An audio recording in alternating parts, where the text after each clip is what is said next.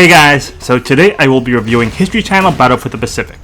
The game was released in 2007 and is a World War II first-person shooter set in the Pacific Theater. This will be a review of the Xbox 360, PS3, and PC version, which actually is an entirely different game from the PS2 and Wii version, despite having the exact same name and the exact same box art. It's honestly the first time I've ever seen that with two completely different games. Here's a side-by-side comparison of the opening of both games. I do think that the Xbox 360 version is better than the lower gen version, but that's not saying much unfortunately.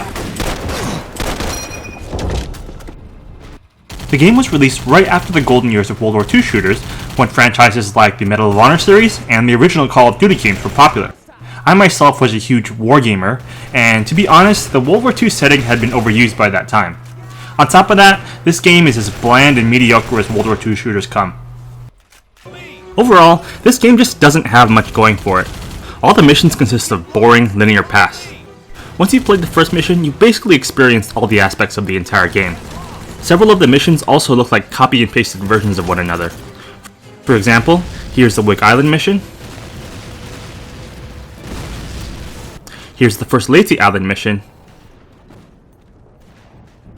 And here's the first Iwo Jima mission.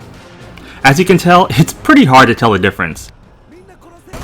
The game does try to mix it up a bit with some other tasks and elements, such as shooting down enemy planes with an AA gun, or disarming enemy mines, but these tasks are pretty bland as well. Another weakness that this game has is that it's very short and easy, even on the hardest difficulty setting. It consists of 10 missions, all of which can be beaten in 10 to 15 minutes, and after you complete the game once, there really isn't much of an incentive to give it a second go around. Your health also regenerates really quickly, so if you do take hits, you can simply retreat to heal back up and let your commanding officer take care of the enemies for you. Your commanding officer, by the way, is invincible and takes out enemies way too quickly and easily. However, if you let your commanding officer get too far away from you, you will instantly fail a mission, which feels pretty lame to be honest. Sometimes your commanding officer will even get stuck, and you either have to restart the mission and lose all your progress, or get him to move by using grenades.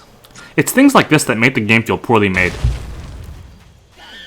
Graphics-wise, I don't think this game is as bad as I've heard some people say, but it isn't anything special either. One thing I find funny about this game is the hilarious ragdoll physics. It can lead to some pretty funny explosions and enemy deaths, as you can see here. Just look at how far these guys get launched in the air. It's pretty funny.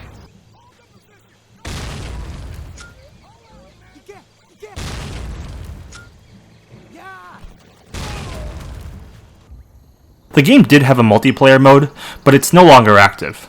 From what I've heard though, it died off pretty quickly shortly after the game was released. I do wish I could have experienced the multiplayer. One thing that sucks about most of the game's achievements, at least on the console versions, is that most of them are multiplayer achievements, some of which even require 4 players. This is obviously an issue considering the multiplayer is long dead. I myself went to pretty hardcore lengths to get all the achievements. I actually had to use multiple Xboxes and multiple copies of the game to be able to create my own matches and play against myself in order to unlock the achievements. So in conclusion, I think this game is too short, too easy, it lacks variety, and overall it was just lazily put together. I honestly feel like we've seen this style of game done 100 times before, and most other games do it far better than this one. The game simply does not have enough going for it to get my recommendation. My final verdict on History Channel Battle for the Pacific is a 2 stars out of 5.